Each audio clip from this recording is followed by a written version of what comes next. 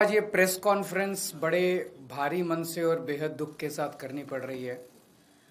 दिल्ली में जो कानून व्यवस्था की बहुत ज़्यादा बुरी हालत होती जा रही है और ख़ासकर पिछले 1-1.5 साल से दिल्ली में जो अपराध बढ़ते जा रहे हैं, कानून व्यवस्था चरमरा गई है, मर्डर्स बहुत होने लगे हैं, व्यापारियों को एक्सटॉर्शन के कॉल्स आ रहे हैं, चारों तरफ महिलाओं के साथ ईव टीजिंग के, बलात्कार के, गैंग रेप्स के, मर्डर के मामले बढ़ते जा रहे हैं।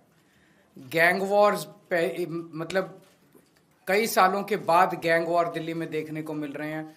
जिस किस्म के गैंग वॉर एक समय में 90s के दशक में बॉम्बे में देखने को मिलते थे, जब बॉम्बे में अंडरवर्ल्ड का बोलबाला था, उस तरह के गैंग वॉर और शूट आउट्स दिल्ली के अंदर देखने को मिल रहे हैं।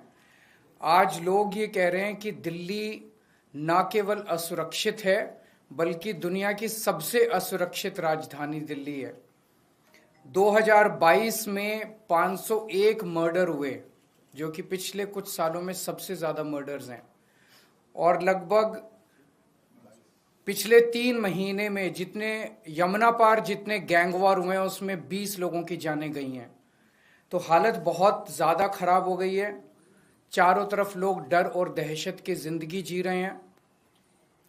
आज से 10 साल पहले आप लोगों ने, दिल्ली के लोगों ने मुझे एक जिम्मेदारी दी थी।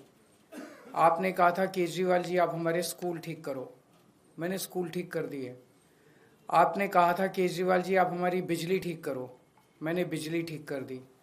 आपने कहा था केजरीवाल जी आप हमारे अस्पताल, स्वास्थ्य सेवाएं ठीक करो। मैंने वो ठीक कर दी। आपने कहा था केजरीवाल जी आप हमारा पानी ठीक करो। कई पानी में चीजें ठीक की, कई चीजें चल रही हैं, लेकिन सुधार की ओर स्थिति बढ़ रही है।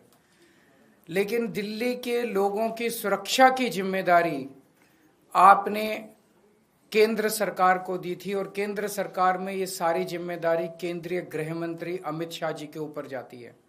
अमित शाह जी की जिम्मेदारी है दिल्ली को सुरक्षित रखने की। अमित शाह जी की जिम्मेदारी है दिल्ली में कानून व्यवस्था को बनाए रखने की। लेकिन आज मुझे बेहद अफसोस के साथ कहना पड़ रहा है कि अमित शाह जी पूरी तरह से पिछले 10 साल में दिल्ली की कानून व्यवस्था बनाने में फेल हो गए हैं, और आज जो स्थिति है वो बहुत ही भयावह स्थिति पैदा हो गई है। लोग कह रहे हैं कि Delhi rape capital of the world है, कोई कह रहा है gangster capital of the world है, कोई कह रहा है सबसे खतरनाक कैपिटल है। ये सुन के अच्छा नहीं लगता। ये केवल बात दिल्ली की इमेज की नहीं है, ये बात लोगों की सुरक्षा से रिलेटेड है। आज सबसे ज्यादा 2 तबके के लोग डरे हुए हैं, महिलाएं और बिजनेसमैन। कल मैं नांगलोई गया। नांगलोई में कुछ दिन पहले रोशनलाल नाम के एक व्यक्ति जो दुकान चलाते हैं, उन्होंने 8 बजे सुबह दुकान खोली। 9:15 बजे उनके दुकान पे 2 मोटरसाइकिल पे सवार आए, उन्होंने गोलियां चलाई और वो भाग गए। कल मैं उनसे मिलने के लिए गया था बस, और भारतीय जनता पार्टी के कार्यकर्ताओं ने मुझे उनकी दुकान तक नहीं जाने दिया, रास्ते में रोक लिया। रास्ते से वापस आना पड़ा मुझे। रोशनलाल जी ने अपना बेटा भेजा मुझे, मैं गाड़ी में बैठे बैठे मैंने उनके बेटे से मुलाकात की। मेरे को रोकने से क्या होगा? मैं अमित शाह जी से कहना चाहता हूं, केजरीवाल को मत रोकिए, क्राइम को रोकिए, अपराध को रोकिए, वो आपकी जिम्मेदारी है। केजरीवाल को रोकना आपकी जिम्मेदारी नहीं है। अगर आज आप अपना काम ठीक से कर लेते तो आपको केजरीवाल को रोकने की जरूरत नहीं पड़ती, केजरीवाल को नांगलोई जाने की जरूरत नहीं पड़ती। क्या छुपाने की कोशिश की जा रही है? और ये एक, मैंने कई बिजनेसमैन से बात की, ट्रेंड बन गया है। पिछले 1 साल में रिकॉर्डेड 160 एक्सटॉर्शन की कॉल्स आई हैं। जिन लोगों ने, जब एक्सटॉर्शन की कॉल आती है किसी के पास, तो वो कहते हैं इतने इतने पैसे दे दे, नहीं तो तेरे फलाने फलाने को, घर के आदमी को मार देंगे, इसको किडनैप कर लेंगे, और अगर पुलिस को बताया तो देख लेना। 70-80% लोग तो रिपोर्ट ही नहीं करते पुलिस में, बताते ही नहीं है पुलिस को, डर के मारे, और वो पैसे दे देते हैं ताकि उनको सुरक्षित रहें। तो 160 कॉल तो पुलिस के रिकॉर्ड में है। पता नहीं कितनी कॉल्स ऐसी हैं जो लोगों को आ रही हैं और लोग बता नहीं रहे। तो हर रोज पता नहीं कितनी एक्सटॉर्शन कॉल्स दिल्ली के अंदर आ रही हैं। और ये एक्सटॉर्शन कॉल्स क्या हैं? एक व्यापारी को विदेश के नंबर से एक्सटॉर्शन कॉल आती है, उसको कहा जाता है कि इतने पैसे दे दे नहीं तो तेरे को ये कर देंगे वो कर देंगे। अगर वो नहीं सुनता तो थोड़े दिन के बाद फिर उसके दिखाने के लिए कि वो सुरक्षित है, उसकी दुकान के ऊपर कोई मोटरसाइकिल पे शूट आउट करने के लिए, गोली चलाने के लिए 2 लोगों को भेज दिया जाता है ताकि वो डर के मारे पैसे दे दे। ये इतनी आम बात हो गई है कि दिल्ली से बिजनेसमैन दिल्ली छोड़ छोड़ के आस पड़ोस के राज्यों में जा रहे हैं। बिजनेस करना दिल्ली के अंदर एक बहुत बड़ा गुनाह बनता जा रहा है। महिलाएं असुरक्षित हैं।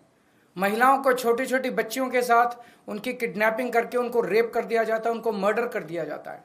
ईव टीजिंग की, मनचलों की घटनाएं मेट्रो के अंदर और बस के अंदर सफर करना दूभर होता जा रहा है।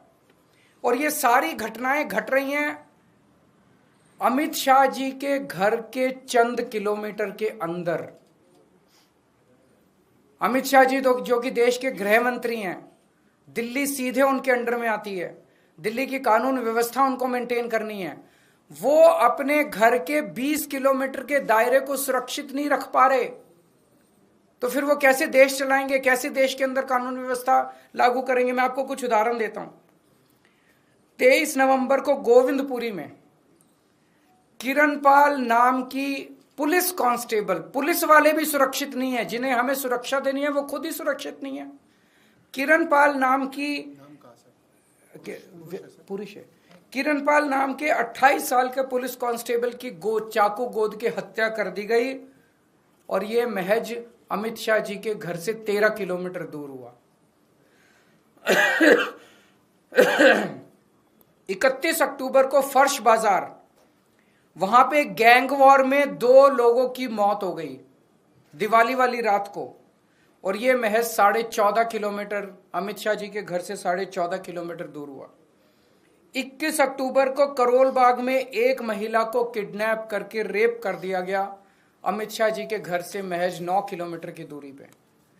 14 सितंबर को ग्रेटर कैलाश में 35 साल के एक जिम के मालिक को गोली मार के 2 मोटरसाइकिल वालों ने गोली मार के उसके मर्डर कर दिया।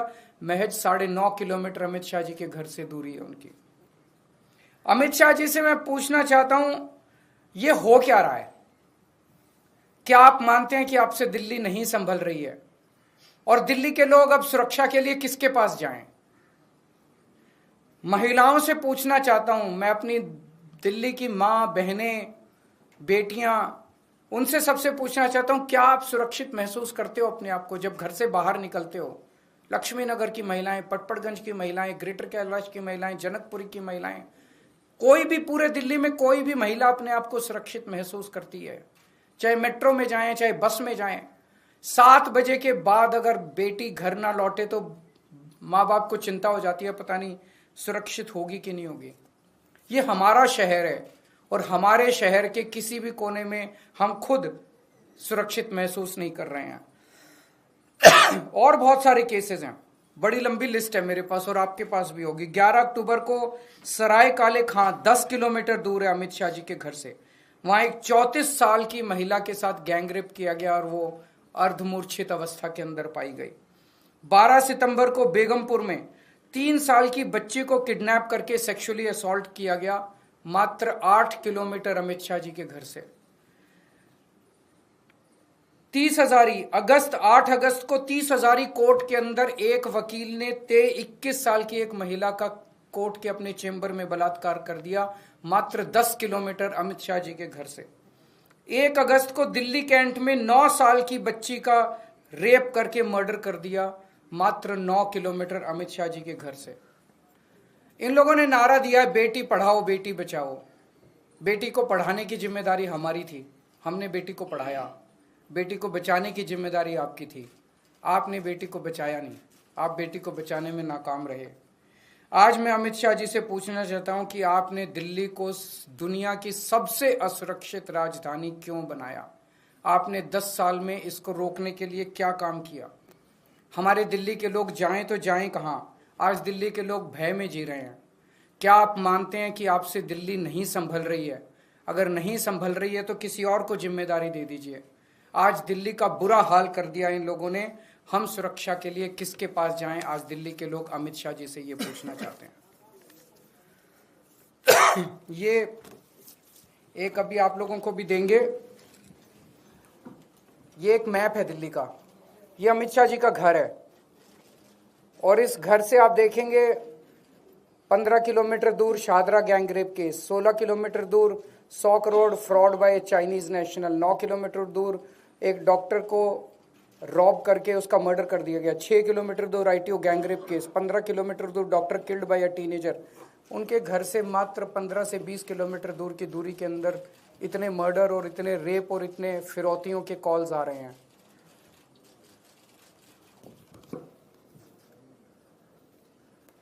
Thank you.